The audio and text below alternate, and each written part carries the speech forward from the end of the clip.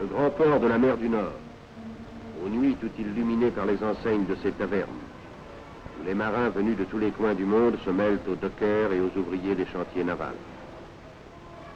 Ici, l'ambiance est gaie. Le Tyrol lui-même est venu apporter sa note pittoresque.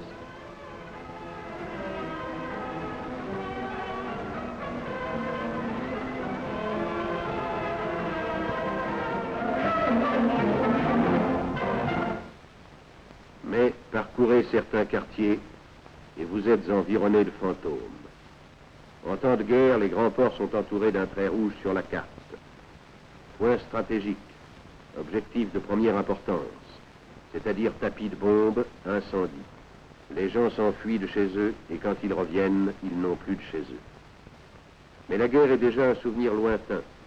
Les habitants ont réorganisé leur vie et trouvé à se caser, fût-ce dans la seule pièce encore habitable d'un immeuble bombardé. Une seule pièce, ce n'est pas beaucoup pour nous trois. Voilà notre chambre, cuisine, salon, salle de bain. Il faut que ma femme soit une fameuse ménagère pour que rien ne traîne. Et nous devons regarder où nous posons les pieds pour ne pas nous marcher dessus. Mais j'en connais qui sont plus à plaindre que nous. Des familles entières qui vivent dans des caves ou dans de vieux abris. Il fait bon ici. Nous sommes même confortablement installés. Et puis maintenant, on trouve de tout. Les restrictions, c'est déjà presque oublié. Eh oui, on recommence à trouver de tout. Seulement, il ne faut pas acheter n'importe où. Au marché du port, par exemple, c'est bien moins cher qu'en ville. On est obligé de faire attention. Il faut dire que c'était déjà comme ça avant.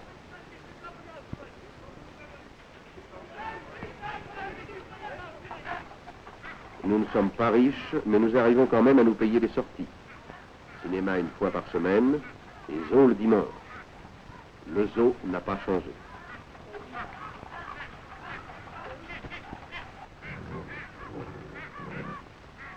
Enfin, nous sommes heureux.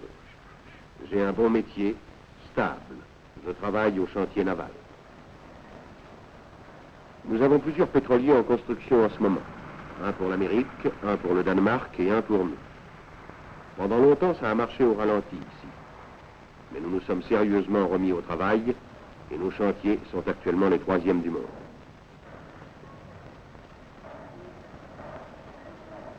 Les hommes n'ont pas perdu la main.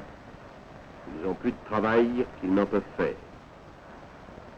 Songez que nous avons pour 2 ans de commandes passées par divers pays.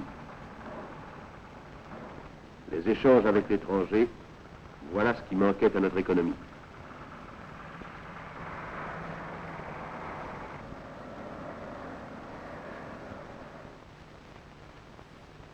Tous les chantiers navals n'ont pas repris leur activité.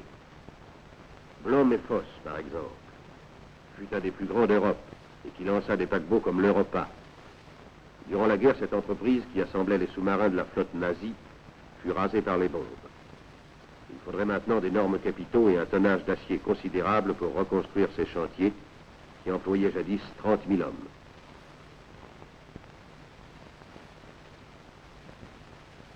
Aux destructions qu'entraîne la guerre succède le chômage.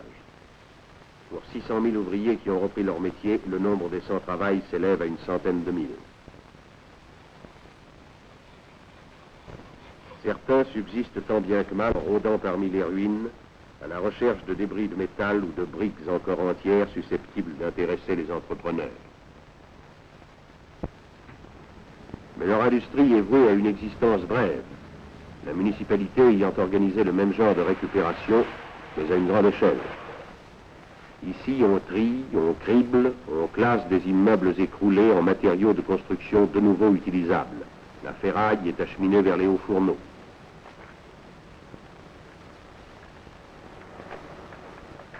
Les briques sont rognées, retaillées, presque remises à neuf. Les éclats, broyés, tamisés, deviennent une poudre fine qui servira à faire du béton, le béton de la reconstruction.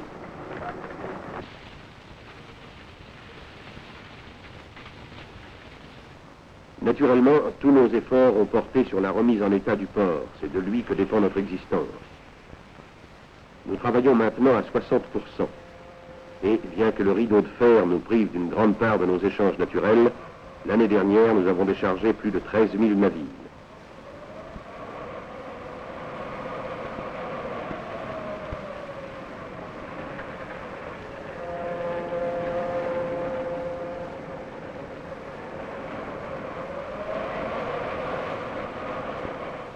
Dans le cadre du relèvement économique de l'Europe, la résurrection d'Hambourg s'imposait.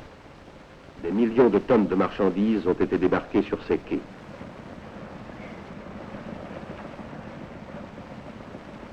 Les pavillons les plus divers colorent de nouveau les bassins. Des navires hollandais, danois, anglais, américains et d'autres venus du bout du monde s'y pressent flanc contre flanc. Et l'Allemagne centralise ses denrées à Hambourg pour les exporter vers les marchés étrangers.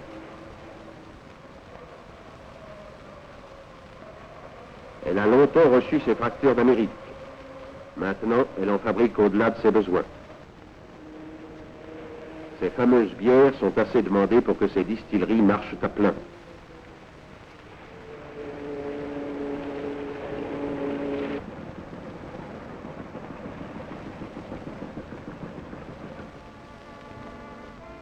Pour compenser la perte de certains marchés, nous avons dû créer de nouvelles industries. La mode. Nous essayons de faire de notre ville le centre de la haute couture nord-européenne.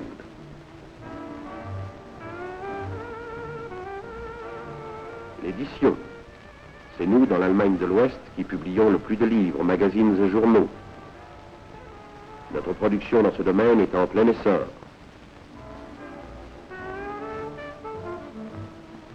La télévision.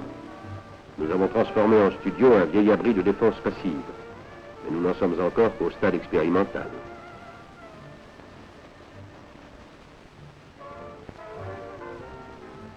Cinéma. Nos studios produisent plus de films qu'aucune autre ville d'Allemagne. Quant à la construction, nous ne perdons pas de temps. Nous avons déjà nos gratte-ciels. Ils ont tout de même 14 étages. Ici, la reconstruction va vite. Sur ce sol ravagé par les bombes et les incendies, s'édifient des logements pour les ouvriers, avec les briques et le ciment tirés des décombres de l'ancienne ville. Depuis la guerre, on en a bâti 100 000. Pas encore assez, cependant, pour donner à chacun un foyer décent. Ça ne représente qu'un tiers de ce qui a été anéanti. Mais 100 000 logements, c'est déjà un départ superbe. 2 pièces, cuisine, salle de bain. Ce dont rêvent tant de chefs de famille.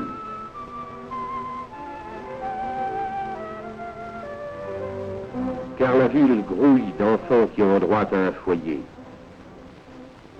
D'enfants que la haine n'a pas contaminés. Trop jeunes pour se souvenir du pas de loi et de la croix gammée. À qui on enseigne non pas des slogans totalitaires et des doctrines racistes, mais les règles de vie d'une communauté démocratique. C'est pour cette génération que l'on bâtit.